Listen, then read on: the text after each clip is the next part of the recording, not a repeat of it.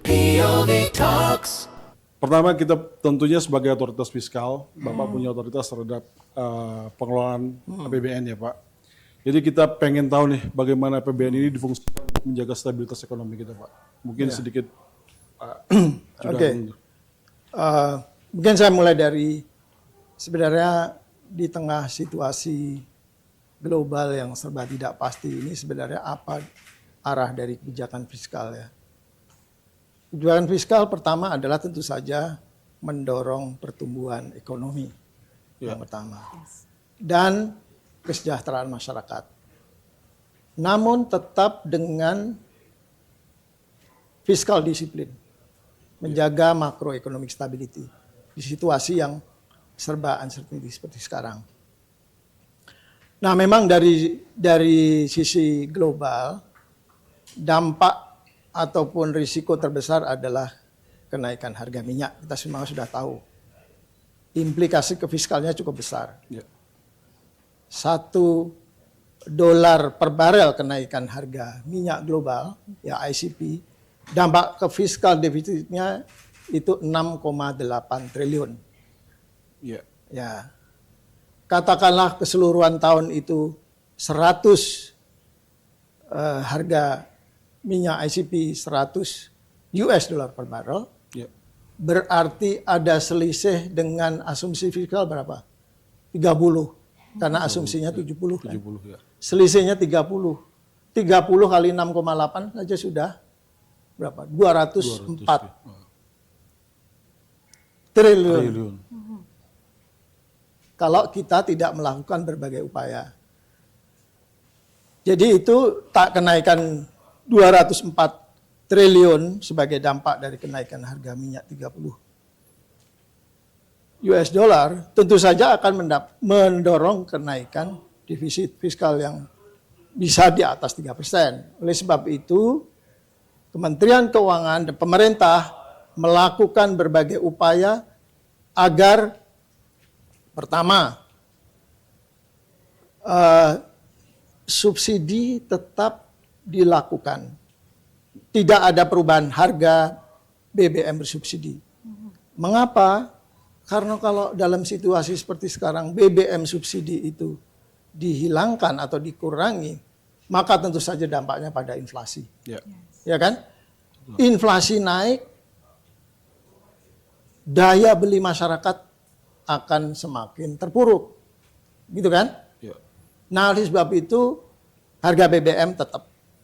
Tapi konsekuensinya apa? Kita harus mengurangi belanja-belanja yang tidak efisien. Belanja-belanja yang kurang berkualitas.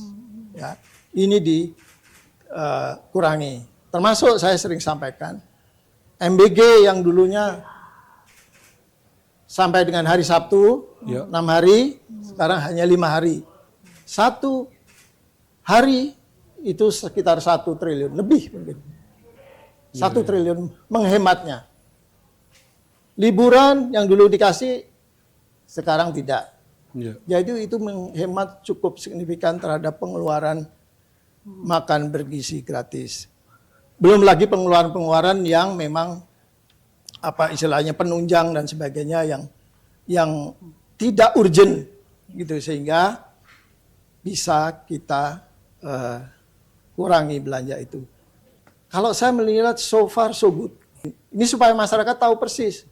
Karena seringkali fiskal dianggap ada sebuah risiko besar. Tapi saya katakan so far so good. Bisa mendorong pertumbuhan, bisa menjaga inflasi, bisa menjaga disiplin fiskal. Artinya dari sisi penerimaan, Bapak masih bisa optimis bahwa kita akan masih punya uang banyak untuk memelihara belanja negara. Iya, belanja tadi saya sampaikan, belanja yang memang prioritas. Belanja yang bisa mendorong pertumbuhan, yang bisa menjaga daya beli masyarakat. Gitu. Itu masih bisa so far sampai dengan April ini datanya sangat baik. Oke. Terima kasih. Terima kasih Pak Yuda, penjelasannya cukup komprehensif sehingga kita ada narasi juga yang mampu menjelaskan begitu ya Pak. Karena penonton dari POV Talk ini, POV People kami menyebutnya seperti itu dari generasi yang kalau boleh kita bilang Gen Z gitu ya Pak, Gen Z. sampai dengan boomer juga melihat dan juga mereka menonton acara ini. Nah, kemudian kalau tadi Pak Yuda sudah menyebutkan berbagai hal terkait dengan belanja negara. Nah, yang ingin kami pertanyakan, mungkin ini juga menjadi suara masyarakat, termasuk saya masyarakat ya Pak ya, bahwa apa sih sebetulnya prioritas belanja pemerintah yang kemudian bisa mendorong fiskal ini bertumbuh dengan fiskal ini baik begitu dan pertumbuhan ekonomi juga Bisa jadinya ekspansi. baik. Ya. Ya, tentu saja belanja-belanja yang tadi saya katakan yang produktif, yang memberikan multiplier efek yang besar pada ekonomi, gitu ya. Belanja itu ya tentu saja belanja-belanja yang bisa mendorong demand, gitu ya. Kemudian mendorong sisi supply-nya juga, menyediakan tenaga kerja dan sebagainya. Saya kasih contoh sebagai contoh MBG lah ya. MBG ini karena cukup besar, kita bisa jelaskan bahwa MBG ini akan mendorong demand terhadap bahan-bahan pangan. Nah, dengan adanya demand itu tentu saja kan harus ada yang supply. Pertani juga lebih produktif ya, menyediakan supply terhadap bahan-bahan pangan tadi. Ada jalur distribusi ya, dan ada penyediaan lapangan kerja dengan adanya ini. Nah, ini kemudian akan memberikan multiplier efek yang signifikan terhadap ekonomi. Yang kedua adalah program-program pemerintah yang mendorong hilirisasi dan industrialisasi. Kita tahu Danantara melakukan sejumlah proyek-proyek hilirisasi termasuk bauksit menjadi alumina, kemudian ada bioetanol di Jawa Timur, ada bioaftur di Jawa Tengah dan seterusnya. Ini akan mendorong industrialisasi yang tentu saja ini dampaknya sangat positif terhadap perekonomian kita. Saya mungkin tambahan sedikit. Data pertumbuhan ekonomi kita selama triwulan 1 ini itu cukup menarik bahwa sektor pertanian, sektor manufaktur itu tumbuh cukup tinggi, termasuk perdagangan. Ya, ini kan saya kira ini tidak lepas dari sektor-sektor mana yang dipilih oleh pemerintah untuk mendorong ekonomi. Bang Jos, dari sisi Anda sebagai seorang ekonom, melihat apa yang disampaikan oleh Pak Wamen tadi tentunya punya insight tersendiri ya. Pikiran Anda sebagai orang yang sedang juga berinteraksi dengan para pelaku bisnis, ngelihat apa yang disampaikan Pak Wamen itu seperti apa Pak? Ya, saya melihat bahwa kalau kita bicara terkait dengan risiko, betul tadi yang disampaikan oleh Pak Wamen bahwa kalau kita melihat kondisi global, kondisi dari sisi risiko Timur Tengah, betul tadi yang disampaikan oleh Pak Wamen bahwa rambatannya kalau tadi kita melihat dampaknya terhadap domestik kita memang dapat bisa kita tangkal. Memang kalau kita lihat kontribusi dari domestik kita kan memang masih dominan ya. Jadi terbukti bahwa kalau kita melihat data PDB kita memang konsumsi domestik kita kan masih dominan ya. Jadi kalau kita jumlahkan saja misalkan konsumsi domestik kita masih 50% lebih. Jadi sebenarnya itu menjadi salah satu kekuatan kita sebenarnya ya. Kalau misalkan gejolak global ini turbulensinya cukup dominan, sebenarnya kita masih bisa bertumpu pada konsumsi domestik. Ya, sebenarnya itu menjadi salah satu kata kuncinya ya. Kalau misalkan pemerintah bisa menjaga supaya ketahanan domestik kita ini terjaga, sebenarnya itu menjadi salah satu supaya kita bisa menangkal ya kondisi globalnya gejolak dari global tersebut itu sendiri. Meskipun memang kita perlu juga mungkin sisi lainnya adalah kita perlu melihat juga ya rambatannya dari sisi produksinya ya. Terutama kalau kita melihat dari beberapa pelaku industri. Kami melihat misalkan ada beberapa sektor industri yang sudah mengalami beberapa disrupsi ya, terkait dengan misalkan turunan dari faktor produksinya ya, Iya. bahan baku produksinya, misalkan dari petrochemical, ya ada mulai terjadi kelangkaan nafta, dulu plastik, Ya, ya. betul.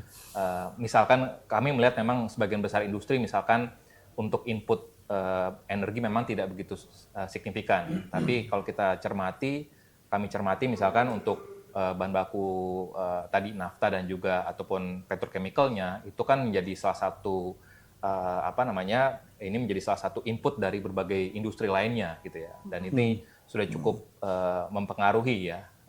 Tadi misalkan plastik ataupun packaging ya, ini cukup penting bagi misalkan industri FMCG ya. Jadi dan ini sudah mulai terjadi kelangkaan ya. Meskipun memang kalau kita cermati misalkan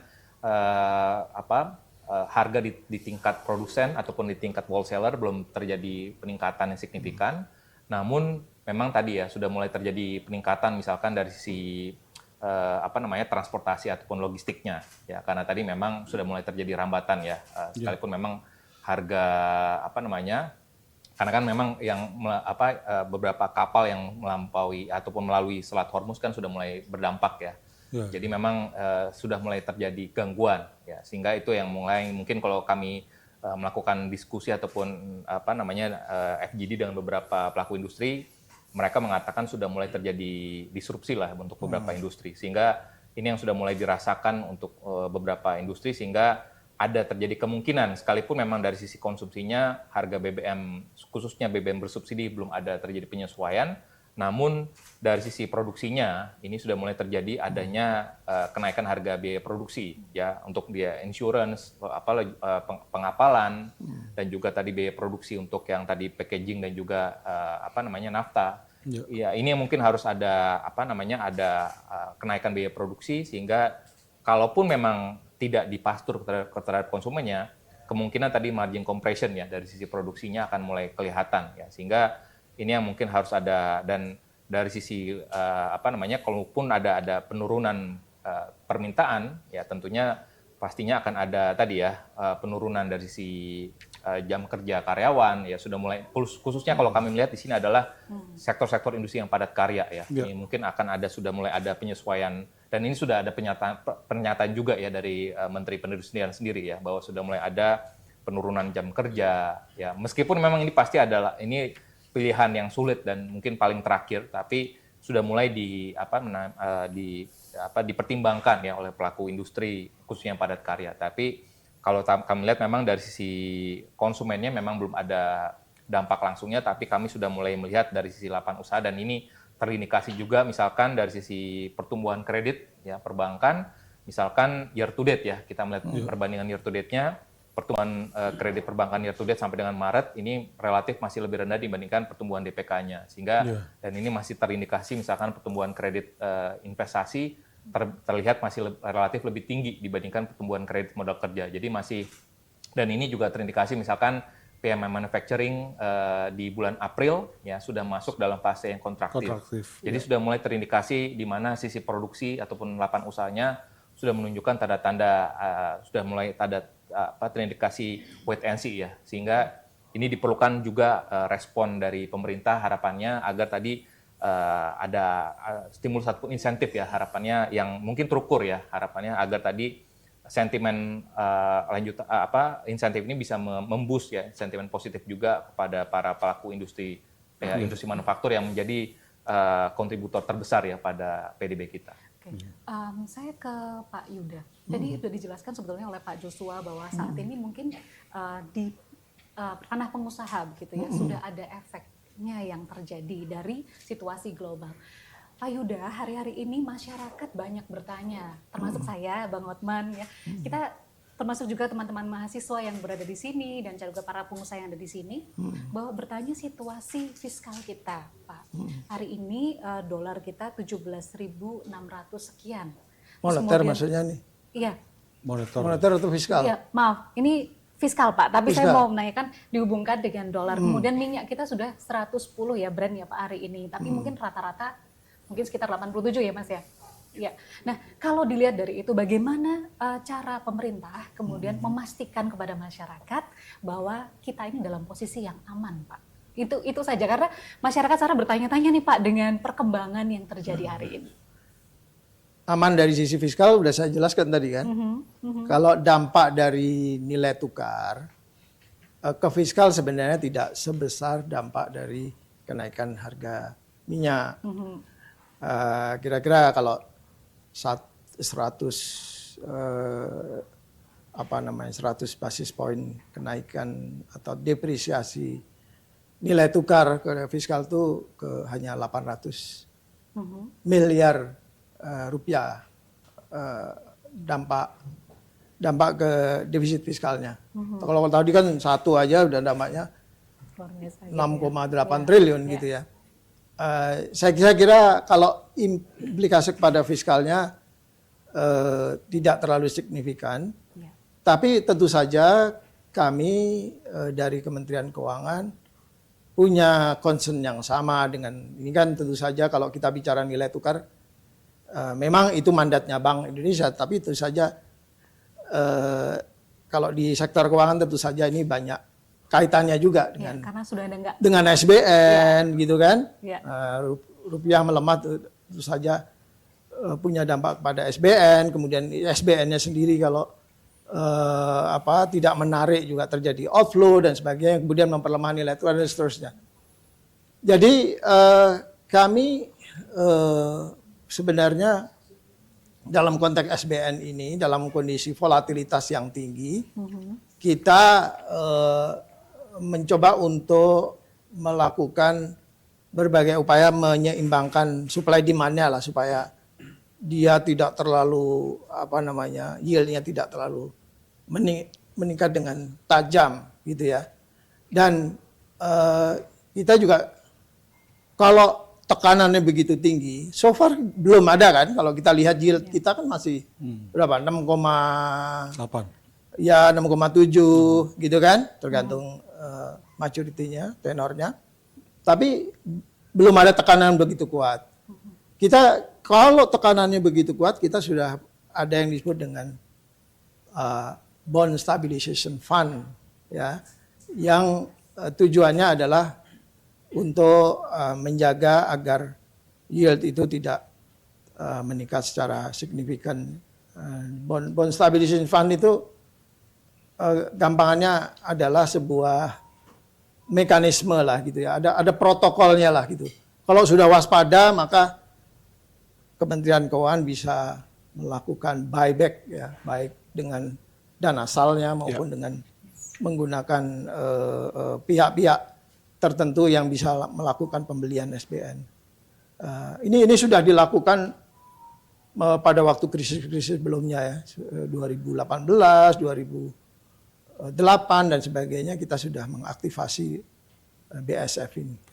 Pertanyaan saya sebenarnya pengen mendalami soal efisiensi anggaran karena mengalokasikan ke sektor-sektor yang dianggap punya multiplier effect. Tapi persoalannya kan Pak, ada trade off. Kita berbicara soal mesin birokrasi lah. Mesin birokrasi akhirnya pasti akan terhambat juga. Mungkin tidak hanya di pusat tapi di daerah. Yang kita tahu mungkin di daerah-daerah juga sekarang udah mulai banyak suara-suara nyaring ya yang ngomong bahwa mereka udah kekurangan anggaran segala macam. Bagaimana pemerintah pusat dalam hal ini Kemenq melihat situasi ini, karena mereka mau nggak mau adalah bagian dari sistem yang bisa menggerakkan ekonomi juga Pak. Ini ke daerah. Ya, apapun pusat sama daerah Pak, karena ini kan efisiensi anggaran ini kan dipotong di semua lini ya Pak, demi untuk satu program atau mungkin program-program yang lain yang dianggap punya multiplier ya, efek yang gede.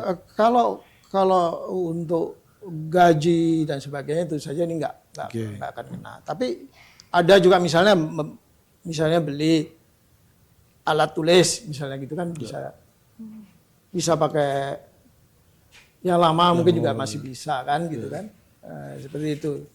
Sepanjang itu urgent, prioritas, punya impact yang cukup besar maka itu tetap dijalankan. Saya kira beda dengan tahun lalu, sekarang kita lebih refocusing, kita lihat satu-satu mana yang memang bisa ditunda, ya tunda dan seterusnya.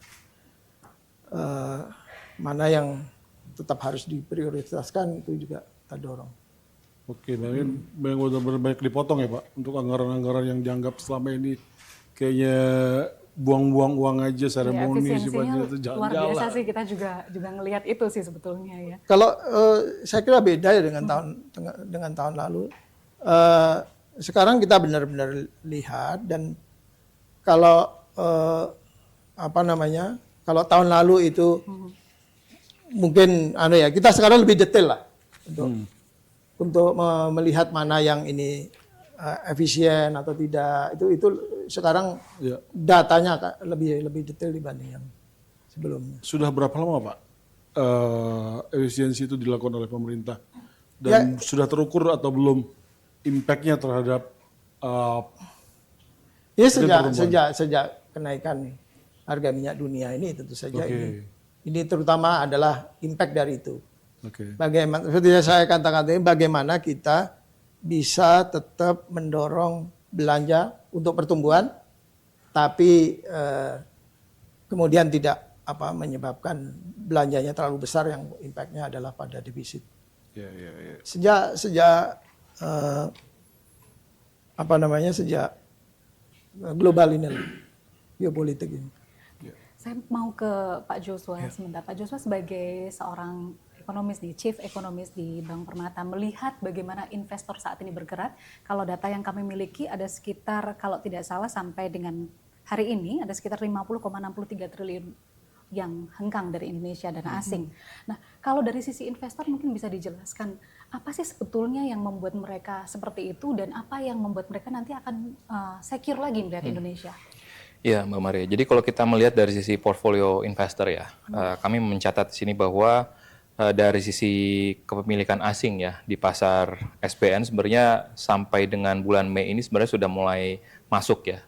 Dan ini terindikasi dari sisi bagaimana dari sisi langkah-langkah stabilisasi ya. Tadi disampaikan oleh Pak Wamen bahwa Kementerian Keuangan misalkan sudah menyiapkan bond stabilization fund ya. Ini untuk menjaga agar terjadinya stabilisasi harga obligasi dan juga komunikasi antara KSSK ya, terutama dengan Bank Indonesia untuk menjaga juga agar yield bond juga tetap stabil. Dan ini kami mencatat misalkan di obligasi, misalkan di bulan April yang lalu misalkan terjadi inflows 0,78 miliar US dollar. Di bulan Mei ini saja sampai dengan minggu lalu itu terjadi inflows tipis ya 0,09 miliar US dollar ya, meskipun memang secara overall tahun ini terjadi outflow ya 0,62 miliar US dollar, tapi memang kalau kita melihat di sisi lainnya outflow di pasar saham ya ini memang lebih besar ya, secara tahun kalender dari Januari hingga Mei ini terjadi outflow 2,42 miliar US dollar. Dan ini salah satunya juga dipengaruhi tadi oleh yang kami sampaikan adalah berkaitan dengan assessment terkait dengan MSCI. Dan sekalipun memang kemarin juga kita sudah mendengar bahwa terkait dengan assessment di bulan Mei yang lalu, MSCI juga mengeluarkan beberapa saham Indonesia ya, di 18 saham Indonesia, dan ini memang baru akan berlaku nanti di tanggal 29 ya, penutupan tanggal 29 Mei tahun ini. Tapi investor sudah mulai bereaksi ya dari sejak beberapa waktu yang lalu, sehingga kalau kita melihat sampai dengan hari ini saja ataupun di pembukaan hari ini saja kan responnya cukup masif ya, di mana memang saham kita IHSG misalkan melemah hampir 253 poin tadi ya di penutupan tengah hari ini saja, ataupun hampir 3,8% ya, dan ini membuat responnya cukup signifikan, sekalipun memang kami tetap melihat bahwa dalam hal ini indikasi untuk MSCI menurunkan ya leak kita dari yang emerging menjadi frontier sepertinya kecil kemungkinannya ya, karena memang kita tidak apple to apple juga dengan frontier market dengan negara-negara yang lain. Tapi kalaupun ada penurunan dari weighting itu memang potensinya tetap ada, tapi ini mungkin ya seperti yang disampaikan juga oleh Ibu DKOJK, Ketua DKOJK, bahwa ini adalah short term pain, tapi ini adalah menuju long term gain gitu ya, dalam artian bahwa ini pun di dalam hari ini juga OJK dan juga Bursa Efek Indonesia sudah melakukan langkah-langkah reformasi dalam hal pasar modal ya, untuk meningkatkan keterbukaan informasi UBO dan juga terkait dengan kenaikan dari sisi free float ya. Jadi saya melihat bahwa tadi selain ada tensi geopolitik di Timur Tengah yang masih kembali lagi memanas, tapi juga ada sentimen di MSCI ini gitu ya. Jadi memang ini risiko yang tidak dialami oleh negara-negara lain. Jadi makanya itu yang tadi mungkin saya sambungkan juga dengan kondisi di pasar modal domestik kita yang juga mungkin yang tidak dialami oleh pasar modal negara lain. Karena kita sudah mendapatkan gabungan beberapa risiko gitu ya. Jadi tidak hanya Timur Tengah saja, tapi juga ada assessment tadi dari MSCI dan juga sebelumnya pun juga sebelum Timur Tengah pun juga kita sudah ada penilaian rating agency gitu. Jadi makanya ada beberapa kombinasi yang juga sebenarnya tidak dialami oleh negara lain. Jadi mungkin itu yang tapi kami meyakini juga sama hal yang tadi disampaikan oleh Pak Wamen bahwa kondisi fundamental kita dari sisi kekuatan fundamental dalam hal ini kecukupan cadangan devisa, lalu juga bagaimana utang luar dari sisi external balance kita, current account kita nanti juga akan dirilis oleh Bank Indonesia di minggu ini ya terkait dengan current account kita masih dalam level yang masih aman gitu ya. Jadi sebenarnya dalam hal ini kekuatan external balance kita dan juga fiskal kita sebenarnya masih dalam taraf yang manageable gitu ya. Jadi sebenarnya ini adalah kekhawatiran yang sebenarnya harus kita jelaskan ya kepada investor ataupun masyarakat awam bahwa kondisi fundamental kita dan juga tadi mungkin report dari IMF itu yang harus kita suarakan ya bahwa kondisi ataupun assessment dari IMF ini pun juga harus kita sampaikan kepada dunia luar bahwa kondisi fundamental kita masih baik, jadi tidak ada yang perlu harus dikhawatirkan berlebihan dan karena kita melihat bahwa long term fundamental kita, long term prospek kita masih baik gitu ya kondisinya sampai dengan saat ini sehingga ini harus kita yakini dan kita harus amini bahwa sekalipun memang tadi ada kondisi yang jangka pendek ini yang mungkin menjadi concern dari investor asing ataupun dari lembaga rating internasional, tapi yang kita harus meyakini sebagai investor domestik bahwa kekuatan ekonomi kita dalam jangka panjang itu masih baik. Oke, jadi kalau boleh saya bilang mungkin terjadi kepanikan saja gitu ya daripada investor dan kemudian padahal fundamental kita masih tetap oke gitu. Ya, karena pemerintah dan juga regulator pun juga terus melakukan langkah-langkah reformasi karena itu penting sekali ya. Reformasi ini pun juga diupayakan untuk agar kita mencapai long term yang untuk kita bisa mencapai tadi ya kondisi untuk mencapai tadi ya agar tadi kekuatan ekonomi kita semakin baik dan juga pasar modal kita semakin baik dalam jangka panjangnya. Oke. Kalau gitu ke Pak Yuda, dari penjelasan Pak Joshua, apa langkah-langkah pemerintah yang kemudian nanti akan dilakukan untuk mengembalikan atau mungkin yang panik tadi supaya menjadi tidak panik Pak investor kita, bagaimana Pak? Ya kalau dari kami ya tentunya dari sisi fiskal akan terus dijaga, fiskal disiplin terus dijaga, kredibilitas fiskal, ya kan? Dan ini so far itu memang benar-benar kita jaga. Gitu kan. Itu yang pertama. Yang kedua tentu saja kami tidak bisa sendiri dengan OJK, dengan Bank Indonesia selalu melakukan koordinasi. Saya sendiri sebagai salah satu anggota Dewan Komisioner OJK dari Kementerian Keuangan, kita secara reguler gitu ya untuk melakukan bagaimana menjaga stabilitas khususnya yang sekarang terjadi adalah di pasar modal. Ya, tadi benar yang disampaikan oleh Pak Joshua, memang ada short term pain akibat dari reform ini, gitu kan? Dengan transparansi, dengan free floating dan sebagainya itu tentu saja akan ada dampak short termnya, dampak negatif, short term pain, tapi for the long term gain yang kita bisa dapatkan. Dengan Bank Indonesia juga gitu. Saya juga hampir setiap bulan hadir di dalam rapat Dewan Gubernur melakukan berbagai upaya koordinasi agar kondisi di pasar keuangan kita semakin lebih stabil. Oke. Ini saya mau bertanya soal sesuatu hal yang kemarin sempat viral Pak ya.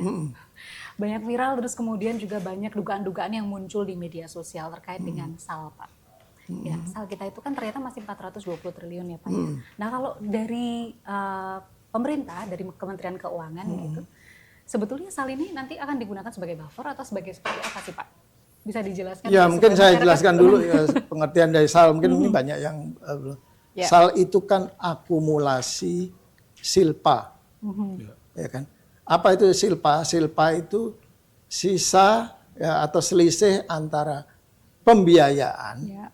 dengan defisitnya setiap tahun. Nah, itu diakumulasikan setiap tahun ada silpanya, diakumulasi itu menjadi SAL itu. Ya. Itu sama dengan tabungan lah, gitu. Betul. Tabungan dari pemerintah dana fiskal ya. 420. SAL itu memang digunakan untuk dua hal. Pertama sebagai buffer, fiskal buffer.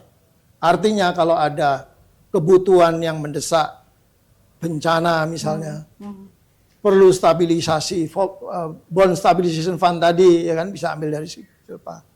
Jadi kalau ada kebutuhan besar, itu SAL digunakan sebagai fiscal buffer.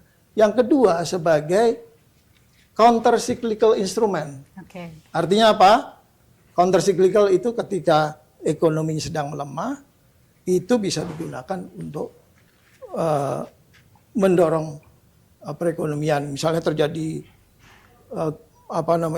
slowdown yang cukup signifikan gitu ya. Nah, itu bisa digunakan untuk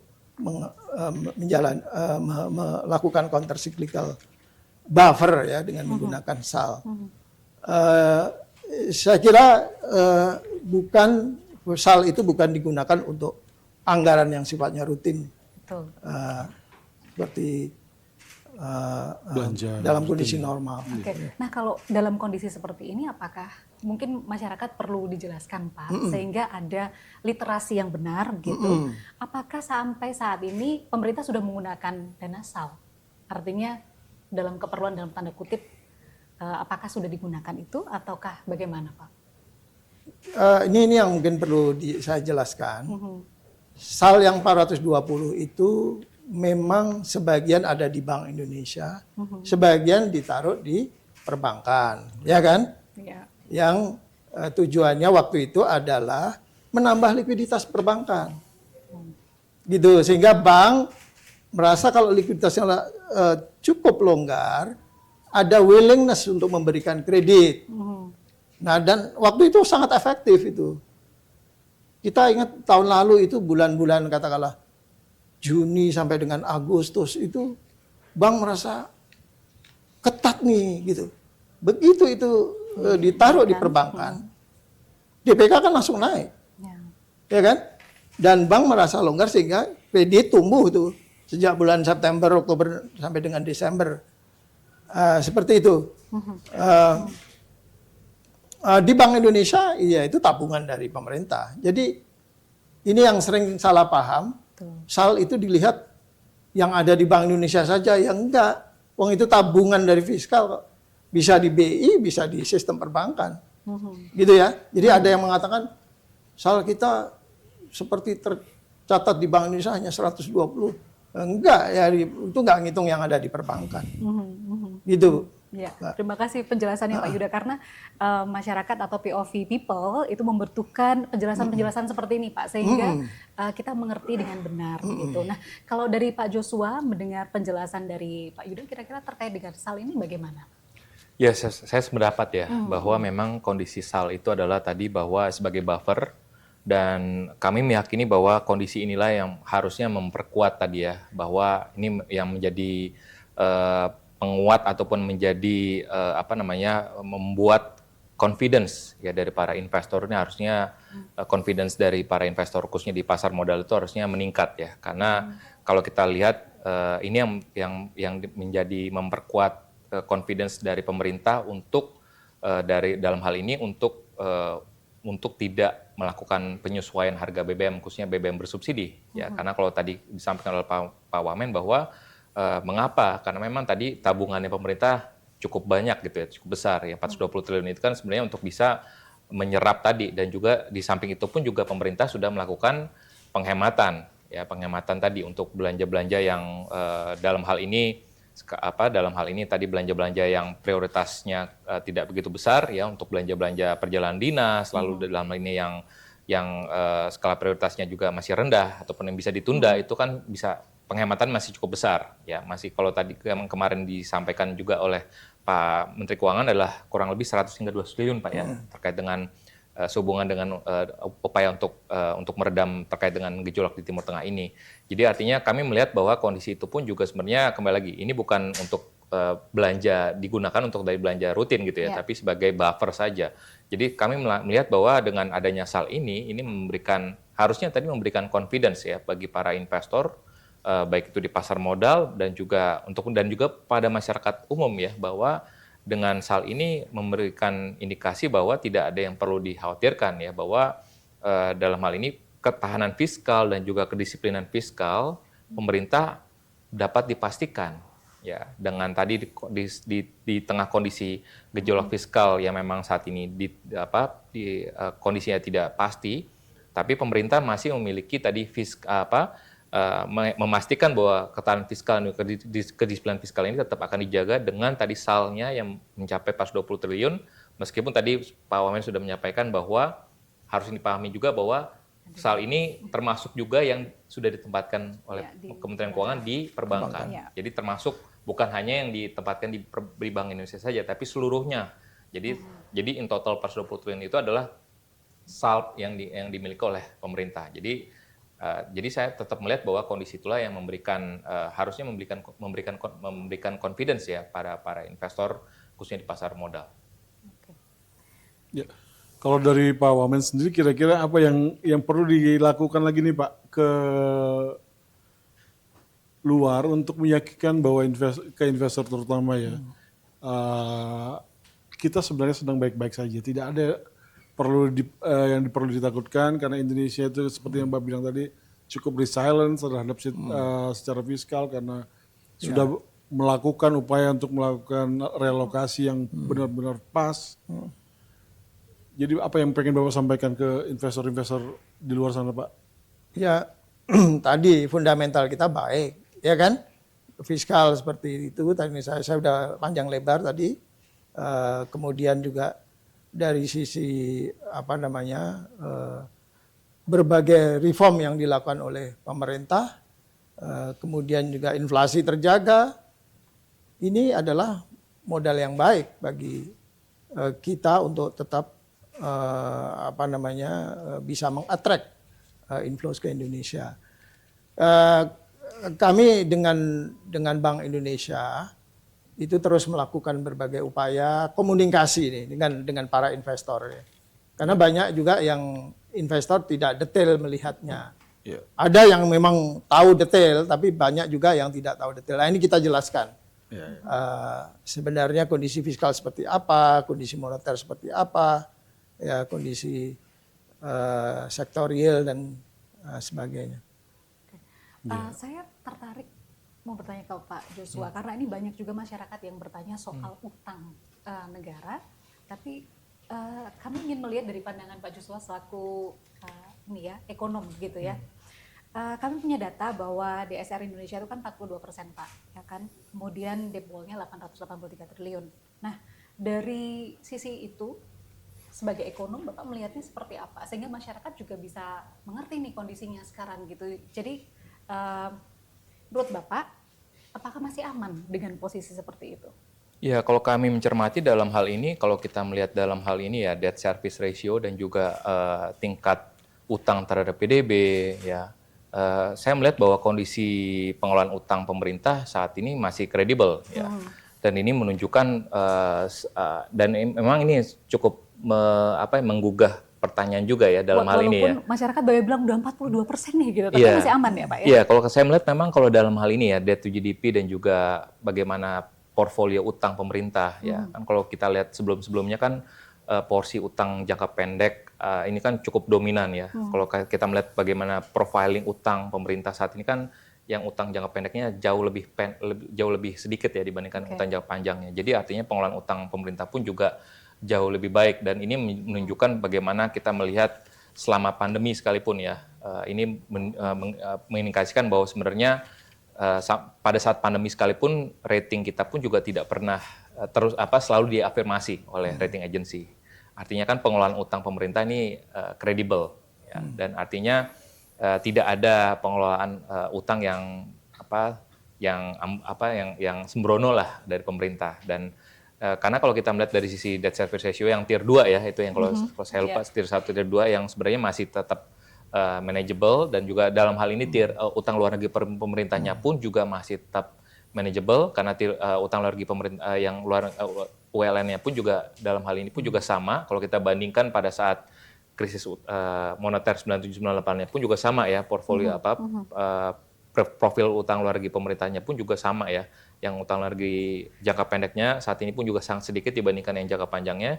Jadi makanya itu memberikan indikasi bahwa manajemen utang pemerintah pun juga masih sangat kredibel gitu ya. Jadi itu yang perlu kita lihat lagi. Kembali lagi kalau kita mungkin bisa sedikit mempertanyakan kepada rating agency yang sudah menurunkan rating kita ya gitu ya, outlook rating kita. Mengapa dalam hal rasio-rasio yang cukup kuantitatif ya, mengapa mereka menurunkan outlook rating kita gitu. Jadi tapi ada acuan yang lain yang lebih kualitatif gitu ya. Jadi mungkin yang perspektif itu yang mungkin harus mungkin menjadi PR juga mungkin dari pemerintah juga yang mungkin harus sedikit jawab. Tapi dalam hal ini kalau kita bicara hal-hal yang kuantitatif sebenarnya tidak ada permasalahan yang mendasar gitu ya.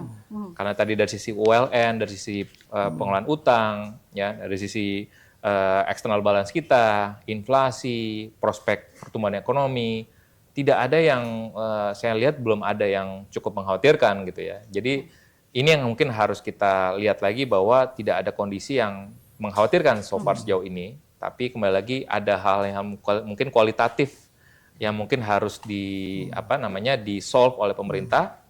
Mungkin bukan dari Kementerian Keuangan ya, tapi mungkin dari kementerian lain yang harus di solve oleh pemerintah. Saya boleh tambahkan nggak? Ya, ini ini menarik terkait dengan rating ini. Kami pernah membandingkan negara-negara yang ratingnya sama dengan kita ya, dengan Thailand, dengan Filipina, seperti itu. Kelihatan sebenarnya kita itu bisa tumbuh stabil 5% atau lebih, gitu ya, dengan tidak mengorbankan dari makro stability-nya, dari inflasinya, dari current account, dari fiscal deficit, rasio utang terhadap PDB-nya kita juga relatif rendah dibanding yang lain. Kalau Thailand misalnya, itu growth-nya itu antara 1 sampai 2%. Dan itu pun defisit fiskalnya sudah tinggi. Mendekati di atas 5%. Begitu juga Filipina. Jadi kita ini ya bisa menjaga growth dengan stabilitas secara bersama. Ini yang tidak dimiliki yang lain ini. Apalagi dalam situasi seperti sekarang ini. Jadi mestinya nggak ada keraguan-raguan untuk masuk ke Indonesia. Pak, tadi Pak Joshua sudah menyebutkan sedikit soal 98. Saya ingin bertanya, karena ekonomi itu kan ada siklusnya juga ya Pak ya. Nah, kalau menurut Pak Yuda, dan mungkin ini juga pertanyaan banyak orang, karena ramai juga di media sosial nih Pak, kita bisa masuk sampai ke 98 gitu katanya. Nah kalau menurut Pak Yuda gimana siklusnya? Apakah kita juga akan masuk ke situ dengan over borrowing yang luar biasa atau gimana? Saya kira tidak, ya, jauh banget dengan 98. 98 itu didahului pertama oleh deregulasi yang luar biasa di sektor perbankan. Bank yang dulunya sekitar 100 menjadi 240 sebelum krisis 97-98. Sehingga reckless. Ya, itu pertama. Yang kedua ada over borrowing. Baik itu dikonsumsi maupun over borrowing ke luar negeri dari korporasi-korporasi itu. Ya, korporasi di saat itu. Nah, ini justru inilah yang menjadi pemicu. Ya, korporasinya over borrowing, perbankannya juga over lending. Nah, dalam situasi ketika ekonomi Thailand kena, kita disamakan, maka yang terjadi adalah krisis itu. Ya, karena ternyata kita pun waktu itu nggak tahu berapa utang Utang luar negeri dari korporasi nggak tahu waktu itu. Baru dihitung setelah krisis terjadi. Ternyata besar. Nah sekarang ini tidak. Sekarang ini sejak 97-98 bank itu sudah diperkuat, ya, baik dari aturan-aturannya, manajemennya dan sebagainya. Sekarang ini praktis sejak 97-98 mungkin hanya satu bank yang ditutup ya waktu itu ya, Bank Senturi kan. Iya. Ya, Iya. selebihnya tidak ada. Padahal krisis bermunculan di antara tahun 98 sampai dengan sekarang. Ya. Itu. Yang kedua, dari korporasi itu sudah ada batasan-batasan ketika dia lending pinjam dari luar negeri. Ya. Jadi over borrowing di korporasi pun ditahan, dipagerin. Oke. Ya, ada aturan dari Bank Indonesia, leverage-nya berapa, gitu kan? Itu ada aturannya, intinya nggak boleh berlebihan. Dan mereka harus lapor. Ketika utang harus lapor komposisi utangnya seperti apa. Oke. Jadi jauh dari fundamentalnya jauh nih. Iya. Fiskal kita apalagi, fiskal kita dulu nggak ada defisit ceilingnya 3%, nggak ada. Debt over GDP-nya nggak ada ceiling 60%, ya kan? Iya. Jadi kita jauh lebih bagus dibandingkan 98. Tapi kembali masuk tadi debt to service ratio, Pak. Saya sedikit penasaran, pengen dengar pernyataan dari Pak Wamen. Karena itu kan ibarat rumah tangga ya, Pak. Iya. Kalau kita punya pendapatan 100, kalau 42% yang kita gunakan buat nyicil utang, sebenarnya ekonomi aset kita nggak nambah-nambah ya, Pak. Kan yang aman tuh kalau secara teori katanya, kalau punya pendapatan 100, 30%, 30%. buat nyicil utang nggak apa-apa, sehat. Nah, ini udah lewat, Pak, 42%. Ya, pertama ini debt-nya kan, posisi ini kan, Ya, bukan pembayaran utangnya kan. kan itu kalau debt service rate kan pembayaran utang plus bunga dibagi penerimaan negara kali 100 kan, Pak. Formulasi kan begitu kalau nggak salah. Correct me Jumlah if I'm utang wrong. Ya, dibagi GDP-nya, ya. ya kan? Kalau service lain lagi itu kan pembayaran Nah, ini utang. debt to service ratio maksudnya, Pak. Biasa, Pak. Kan udah 42% nih sekarang kita ya. Ya biasanya kan harusnya kan normalnya kan biasanya 30. Kita udah 42 nih, udah lewat dari threshold-nya. Jadi kalau memang benchmark dari negara-negara seperti misalnya Maastricht Treaty itu kan 60%. Betul. Ya. Walaupun negara-negara yang lain sekarang ada yang 150%, Kalau 200. itu kan debt to GDP ratio kan. Ya, yang dimaksud itu kan Debt to service ratio-nya, Pak, maksudnya, Pak. DSR, Ya, DSR-nya. Ya, sepanjang kita memiliki kan ini nasional kan, bukan pemerintah kan ini. Ya. Ya kan kalau kita DSR ini maksudnya pemerintah. Ya. Ya, atau nasional kan? Nasional. Yang artinya termasuk dunia usaha kan? Ya. Ya, Betul nggak? total. Iya, betul, Pak. Ya, saya kira ini Sebenarnya kita ngomong konteks pemerintah, Pak. Total utang plus bunga dibagi jumlah penerimaan terus kali 100, itu aja sih, Pak. Kemampuan jadi jumlah utang kita itu setiap tahunnya kan 42%-nya kan dari penerimaan kita digunakan untuk bayar utang coba. kalau ukuran untuk utang pemerintah itu adalah debt over GDP, Ya, total. gitu kan? Itu yang pertama. Ada juga yang melihat pembayaran utang terhadap revenue dia, Ya. gitu kan? Ya. Yang kita ya sedikit di atas 15% kan? Pembayaran utang terhadap revenue. Ya. Kalau ukuran untuk pemerintah nih. Ya. Kalau DSR itu adalah nasional. Ya, termasuk untuk pembayaran kan servis kan termasuk ekspor dan sebagainya. Jadi kalau kita bicara untuk pemerintah dua ukuran itu yang digunakan secara internasional ya. Kalau udah 42% kan bukan di atas threshold, Pak. Iya, kita Biasa praktis. 60, maksimumnya 60. Oke. Dan itu pun negara lain sudah jauh dari Ya, itu. betul. Negara-negara seperti apalagi Jepang ya. Jepang udah 120%. Iya, lebih dia. Ya. Saya kira Amerika di yang atas- 120%. Amerika 120, Jepang mungkin 200-an. Betul, betul. Ya. Artinya gini Pak, jadi kalau kita boleh optimis ya, apa yang setelah Bapak lakukan tadi, harusnya itu bisa punya multiplier efek ke sektor usaha kan ya Pak. Kira-kira nantinya ke depan komposisi kontribusi terhadap pertumbuhan ekonomi yang tadinya 5,1% itu terbesar didongkrak oleh government spending, apakah nanti akan bisa memicu pertumbuhan di public consumption, investment, sama ekspor, Pak? Ya, ya Kak, gini ya. Mungkin saya jelaskan dulu. Pola dari pengeluaran pemerintah sekarang ini agak beda dengan tahun sebelumnya. Oke. Kalau tahun sebelumnya, tahun-tahun sebelumnya, itu biasanya meningkatnya adalah di triwulan 4. Oke.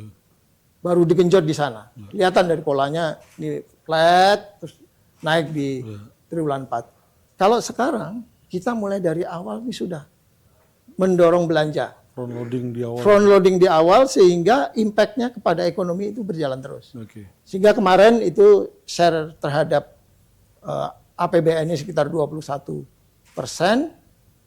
Di triwulan 2 ini kita perkirakan 26%. Sampai dengan akhir tahun sekitar 26%. Sehingga impact pada keseluruhan tahun ini akan lebih merata kalau dibandingkan dengan tahun-tahun sebelumnya. Oke. Itu dari sisi pola konsumsi pemerintah. Ya. Yang kedua, bagaimana impact pada konsumsi, jelas, ya kan? Ya. Karena multiplier efeknya ada tadi yang saya sampaikan melalui berbagai program tadi, multiplier efek kepada konsumsi rumah tangga itu cukup besar. Dan berbagai proyek seperti hilirisasi dan sebagainya itu akan mendorong investasi pastinya. Oke. Ya. Jadi baik G, C maupun I akan terdorong. Kalau ekspor sih tergantung pada kita masih banyak tergantung komoditas ya. Ya. Sekarang ekspor kita juga masih cukup positif untuk sektor-sektor komoditas. Pak Yuda dan Pak Joshua, karena POV Talk kita kali ini adalah POV Talk yang istimewa. Kita punya audiens di sini dan di sebelah ruangan sana ada teman-teman mahasiswa yang turut menonton juga secara langsung. Nah, tadi kami sudah umumkan para Bapak Ibu peserta yang hadir juga di sini untuk bisa menuliskan pertanyaan, Pak. Jadi kami sudah memilih dari pertanyaan-pertanyaan tersebut dan sudah ada 3 ya yang nanti sudah akan dipilih. Nah, mungkin boleh ditampilkan pertanyaan yang sudah masuk? Oke. Ya. Ini kayak bacakan pertanyaannya kemudian langsung dijawab saja gitu ya? Gitu Bapak? Ya. Oke, ya. Jadi pertanyaan seperti ini Pak, di tengah pelemahan rupiah yang menyentuh level 17.500 per US dollar, 16 pemerintah maaf 17.500 per US dollar, ini pertanyaannya Bang. Ya walaupun ya sekarang udah 17.500 ya. Pemerintah mengatakan sedang membantu BI kuatkan rupiah dengan mengintervensi pasar obligasi, Pak. Bisa dielaborasi lebih rinci instrumen apa yang digunakan pemerintah beserta penjelasan mekanisme intervensinya. Ini silakan, gimana Pak Yuda? Tadi saya sebenarnya sudah sampaikan. Mungkin sekarang belum perlu dari sisi pasar SBN-nya. Kan pemerintah bukan melakukan intervensi untuk memperkuat dolar. Kita melakukan intervensi dalam arti buyback, SBN itu dalam konteks pasar SBN-nya. Okay. Ya. Sejauh ini pasar SBN kita itu masih stabil kan, di angka-angka itulah 6,5, 6,7 gitu kan. Bandingkan memang itu trennya kan memang US-nya juga naik, kita juga naik gitu kan. Ya kan? Sehingga bahkan agak menyempit juga dengan Amerika. Dan Jepang juga sekarang. Iya, makanya sebenarnya kalau kita mau lihat confidence market terhadap fiskal, bisa dilihat di situ. Okay. Ya, market kalau sudah tidak confidence dengan pasar SBN kita, pasti minta yield yang lebih tinggi kan. Sekarang ini relatif stabil.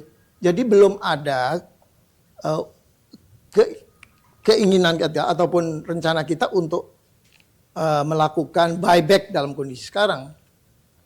Gitu. Meskipun kemarin mungkin saya tambahkan dari pertanyaan tadi ya Pak ya, meskipun kemarin Pak Purbaya sudah mengatakan bahwa jika terjadi sesuatu kita akan intervensi, itu artinya Ya, belum jika dilakukan terjadi ya? sesuatu kan, kalau misalnya tertekan gitu ya, ke pasar SBN-nya tertekan, kita ada protokolnya yang tadi saya sampaikan. Protokolnya normal, waspada, siaga, krisis. Oke. Gitu.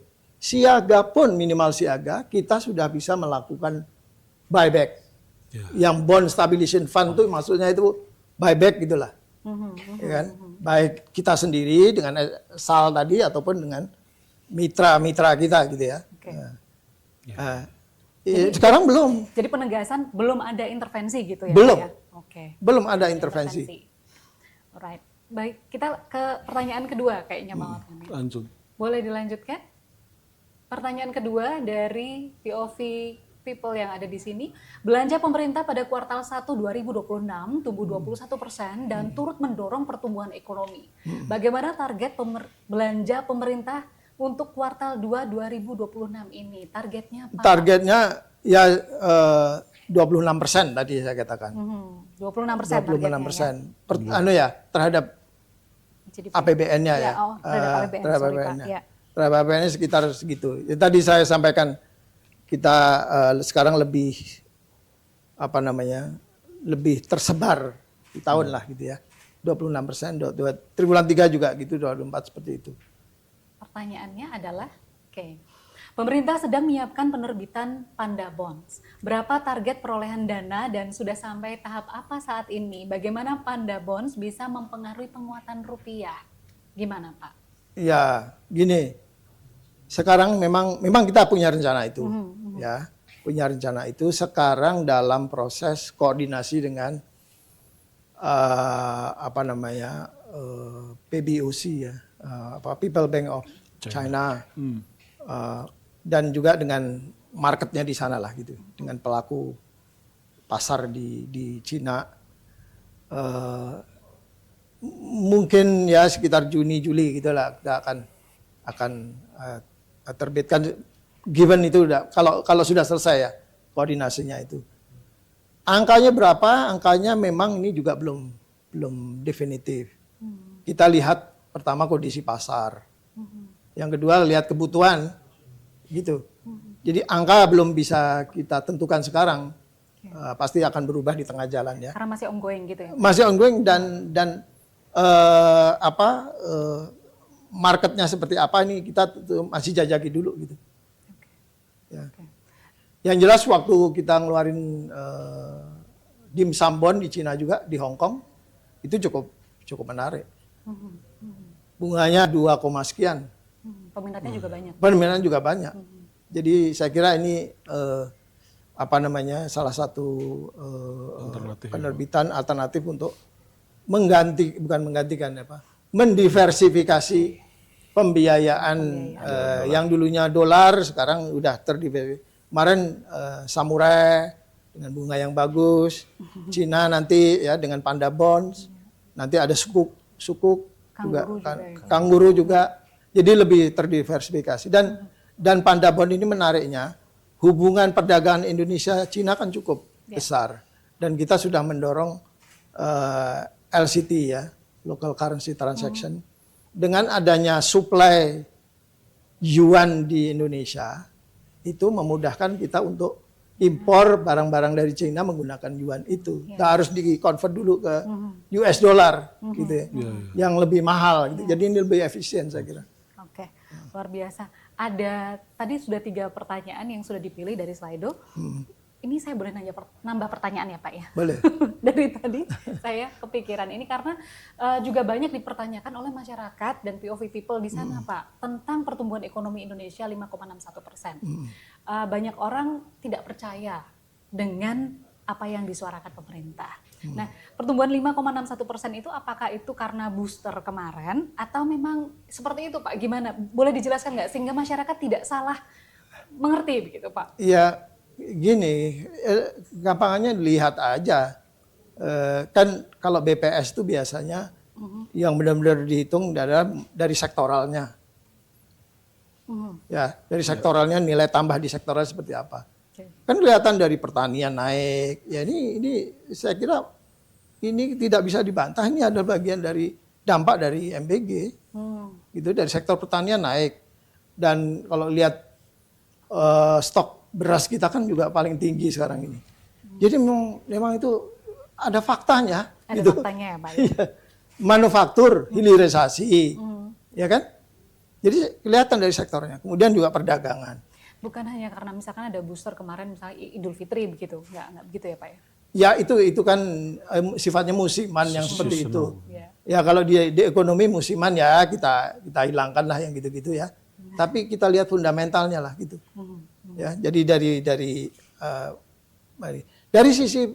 dari sisi demand, dari demand side, ya government tadi jelas, ya kan, konsumsi rumah tangga, gitu, investasi, ya, ekspornya memang nggak terlalu ini, tapi saya lebih banyak di domestic demand. Saya kira matching gitu loh antara. Matching ya Pak ya? Iya. Oke. Nah itu supaya nanti masyarakat bisa mendengar Pak, jadi ada literasi yang kemudian mereka lebih pahami lagi. Yeah. Ke Pak Joshua, mungkin menanggapi dari tadi pertanyaan itu ada yang ingin disuarakan nggak Pak dari seorang kacamata ekonom gitu? Terkait dengan pertanyaan. Terkait dengan pertanyaan, mungkin dengan dolar tadi, mungkin bisa ditunjukkan lagi pertanyaannya yang nomor 1, coba.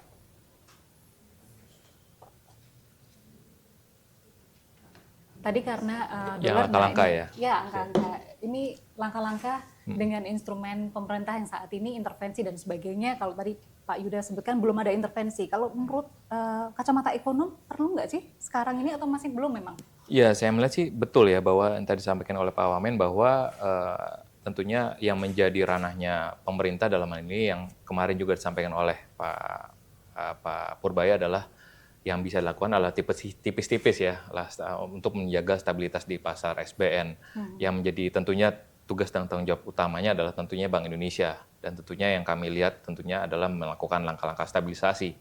Yang perlu kita harus pahami juga adalah kalau kita mungkin sedikit kita bicara terkait dengan moneter, yang bisa diupayakan oleh Bank Indonesia adalah karena kondisinya saat ini adalah dolarnya menguat terhadap seluruh mata uang Asia, tentunya yang bisa dilakukan oleh Bank Indonesia mungkin tidak bisa membuat rupiahnya langsung menguat di bawah 17.000 per dolarnya, tapi adalah melakukan smoothing the volatility ya, artinya tidak bisa melakukan penguatan rupiah yang drastis, tapi adalah melakukan langkah-langkah stabilisasi ya, karena kalau dalam kondisi di mana seluruh mata uang dunia melemah terhadap dolarnya, ibaratnya adalah Bank Indonesia melakukan menggarami air laut gitu ya. Artinya berapapun langkah-langkah intervensi yang dilakukan pun juga ibaratnya akan percuma gitu ya.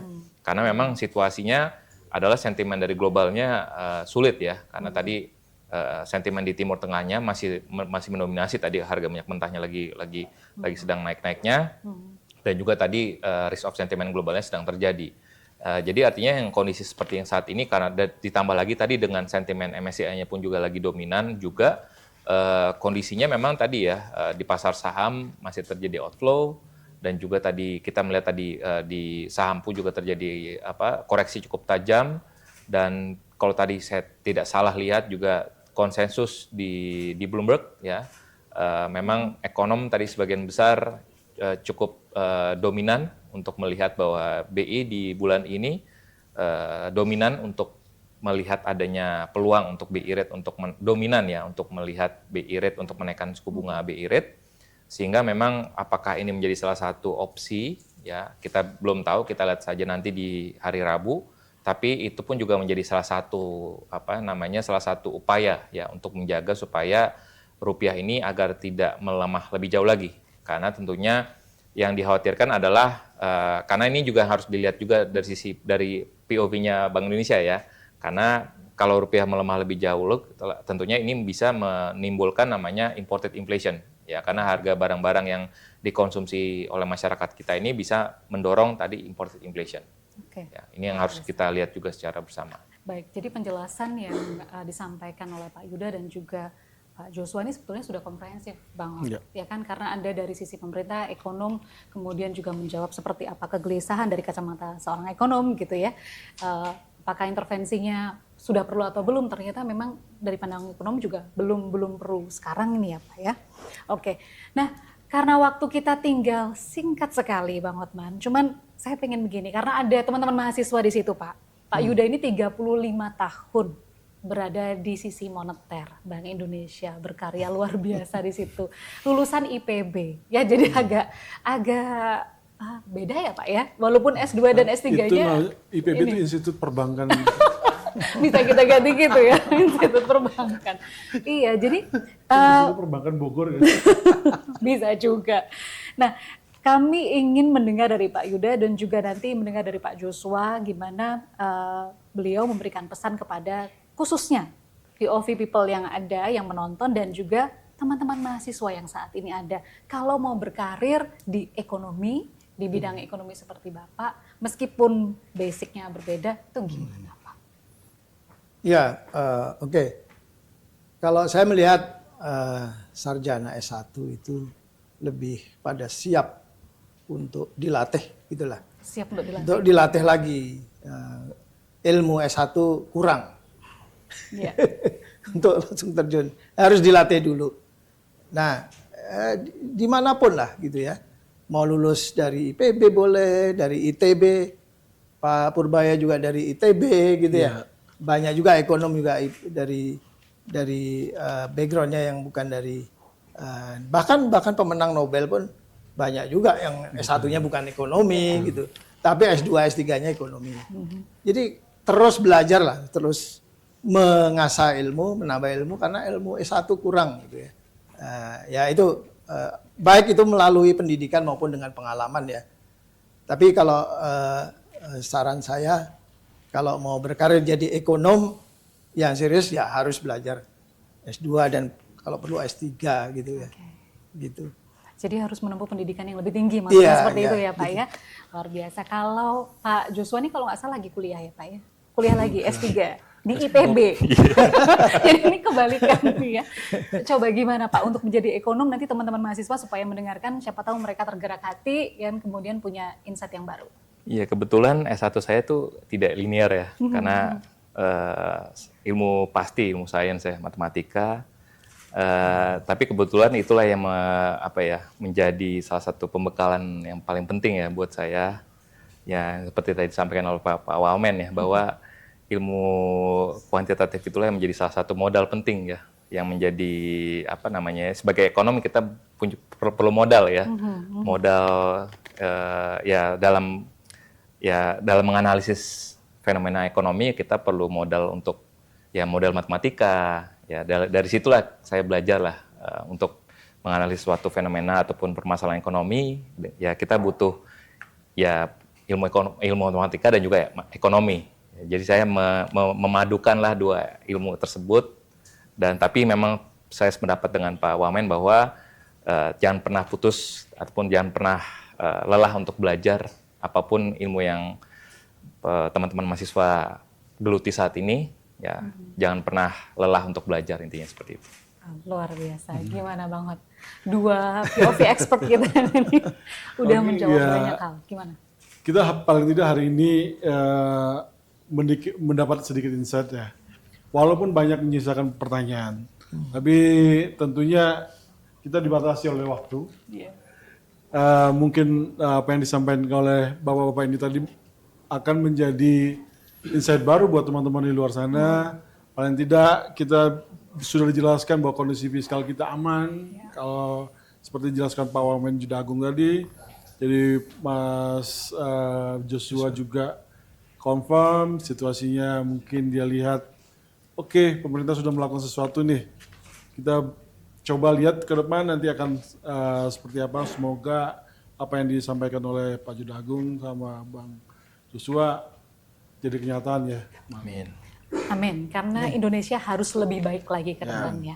Nah, terima kasih sudah menyaksikan POV Talk by Bloomberg Technos hari ini, karena luar biasa dan istimewa hari ini tidak hanya dihadiri oleh 2 POV expert, tapi juga penonton langsung di studio Bloomberg Technos.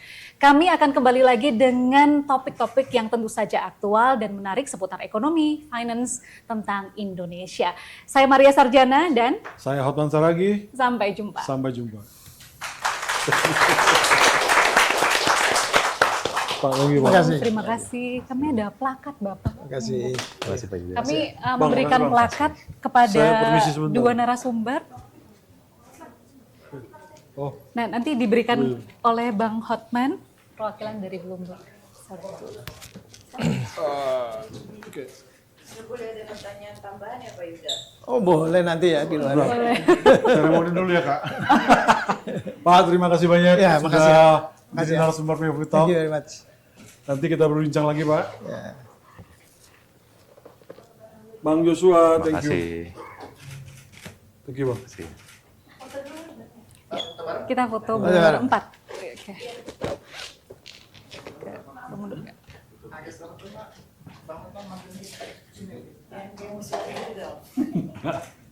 Oke. 1, 2, lagi.